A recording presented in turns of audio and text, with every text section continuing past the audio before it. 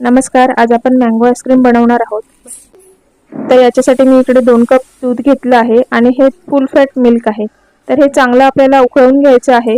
उकळलेल्या दुधामध्ये आपल्याला 2 चमचे कस्टर्ड पावडर म्हणजे पाव कप पेक्षा कमी कस्टर्ड पावडर टाकायची आहे। हे चांगलं मिश्रण ढवळून घ्यायचं आहे। याच्यामध्ये कोणत्याही प्रकारच्या गाठी तयार होणार नाहीत सतत ढवळल्यामुळे। तर इकडे आपल्याला पाव कप मिल्क पावडर टाकायची आहे आणि हे सर्व मिश्रण आपल्याला सतत ढवळत राहायचं आहे, जेणेकरून ते तळाला चिकटणार नाही।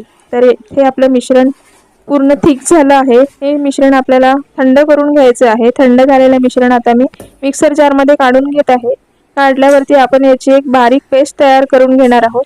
तर इथे मी आंब्याचे पीस करून ठेवले होते ते टाकत आहे। हा देवगड हापूस आंबा आहे। इकडे मी अर्धा कप पेक्षा कमी पंपकिन सीड घेतले आहेत आणि याच्यामध्ये मी 3-4 बदाम टाकले आहेत।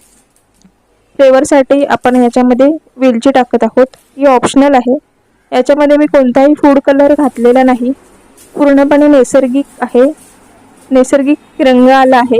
तर इकडे आपण तयार केलेली पेस्ट काढून घेऊ।